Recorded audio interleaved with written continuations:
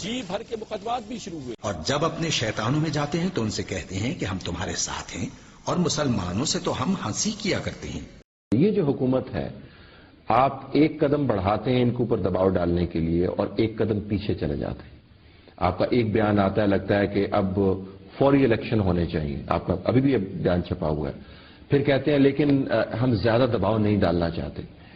آپ کی کیا پالیسی ہے؟ ایک ایسی حکومت جو آپ یہ ویسٹڈ انٹرسٹ کو ٹیکل کس طرح کر رہے ہیں میاں صاحب؟ اس حیثیت اپوزیشن لیڈر پبلک فرسٹریٹڈ ہے اور آپ نے خود بتایا جو اس کا پوٹینشیل مینج نہیں ہو رہا آپ کے بیان کے مطابق. اور آپ ہیں کہ آپ صرف جلسے کرتے ہیں اور واپس آ کے کہتے ہیں کہ میرا جلسہ بہت بڑا تھا.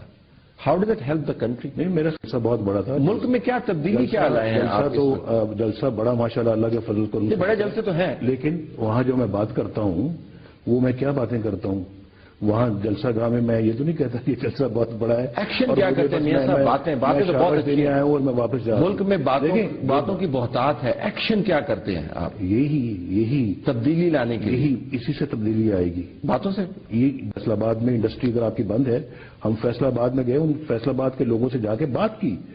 گجرانوالہ کے اندر انڈسٹری کھل گئی، اس کے بعد کھلنی چاہیے نہیں، لیکن اس کی چابی اگر میرے پاس ہوتی تو الحمدللہ میں کھول چکا ہوتا. بادل حکومت ہے، چابی ہے آپ کے پاس، آپ لگاتے نہیں ہیں چابی. نہیں چابی دیکھنا بات یہ آپ نے زرداری صاحب کی حکومت کو سپورٹ کیا ہے 4 سال ظاہراً اور باطناً. اب لانگ مارچ کیوں نہیں کرتے؟ چلے میں آپ سے اب پوچھ لیتا ہوں، اب تو حالات اتنے خراب، اب لانگ مارچ کیوں نہیں کرتے؟ اس کے بعد اس وقت کیوں کر رہے تھے؟ نہیں، لانگ مارچ کیا پاکستان کو بچانے سے بڑا کاز، اکانومی سے بچانے سے بڑا کیا کاز؟ وہ اتنا اس دن آئی تبدیلی آئی میاں صاحب؟ اس دن آئی جب عوام عدلیہ پاکستان کی پاکستان میں کیا تبدیلی وہ آزاد ہوئی اور دوبارہ وہ ری اسٹیٹ ہوئی. یہ سب پاکستان میں کیا تبدیلی؟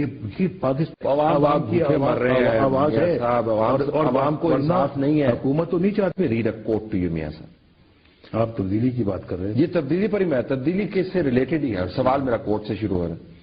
زرداری میں اس مجمع کو گواہ بنا کر کہتا ہوں، لاہور، پشاور، کراچی کے عوام 18 کروڑ عوام تمہارے خلاف اٹھ کھڑے ہوئے ہیں. خود سیٹ خالی کر دو، پیسے حوالے کر دو، ورنہ تمہیں تمہارے لٹیرے ساتھیوں کو اسی چوک پر الٹا لٹکا دیں گے. شہباز شریف صاحب الٹا لٹکا دینے والے معاملے کو میں چھوڑ دیتا ہوں، نکال دیتے ہیں، اس کی وضاحت بھی کر دی.